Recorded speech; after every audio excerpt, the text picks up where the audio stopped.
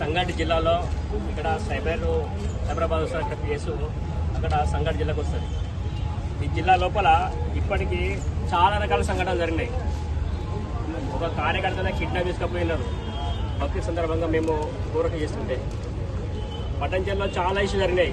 ఓటాలు వేసుకోవడం జరిగింది. ఇవన్నీ ముస్లిం ఏమంటే పెద్ద ఎత్తున ఇందులోపై దాడి చేయాలి, కోరిక చేసేవాళ్ళని ఒక ఆలోచనలు జరుగుతున్నాయి.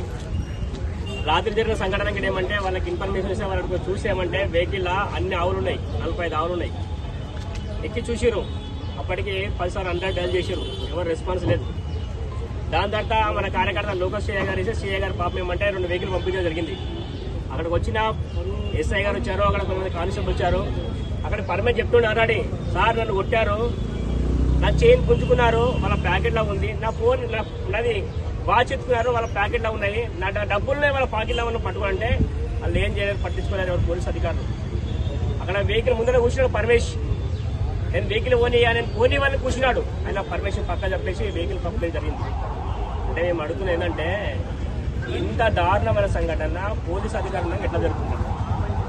చైన్ పోయింది, 45,000 డబ్బులు పోయినాయి, వాచ్ పోయింది.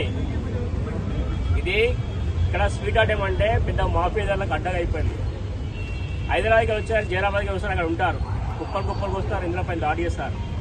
కాబట్టి అదైతే ఏదైతే వెహికల్ పోయిందో వెహికల్ రికవర్ కావాలి, వెహికల్ ఉన్న ఆవులు రికవర్ కావాలి, ఏదైతే డబ్బులు పోయినాయో డబ్బులు రికవర్ కావాలి, బంగారం రికవర్ కావాలి, వాచ్ మీద వాచ్ రికవర్ కావాలి, వాళ్ళ పైన క్రిమినల్ కేసులు నమోదు కావాలి. లేదంటే ఏమంటే రేపు మేము పెద్ద ఎత్తున ఆలోచిస్తాం, స్టేట్ మొత్తం ఇక్కడ చూస్తాం. అవసరం అంటే ఈ యొక్క మాఫియాదారులకు పైన చర్యలు తీసుకోకపోతే అధికారులు పెద్ద ఎత్తున ఉద్యమం చేయడానికి సిద్ధంగా ఉన్నాం. మేము ఆల్రెడీ స్టేట్ వాళ్ళతో మాట్లాడినాం. రేపు అవసరం అంటే ఇక్కడనే రేపు కానీ ఇవాళ సాయంత్రం వరకు మాకు క్లియర్గా రాలేకపోతే రేపు పెద్ద ఎత్తున పిలిపిస్తాం.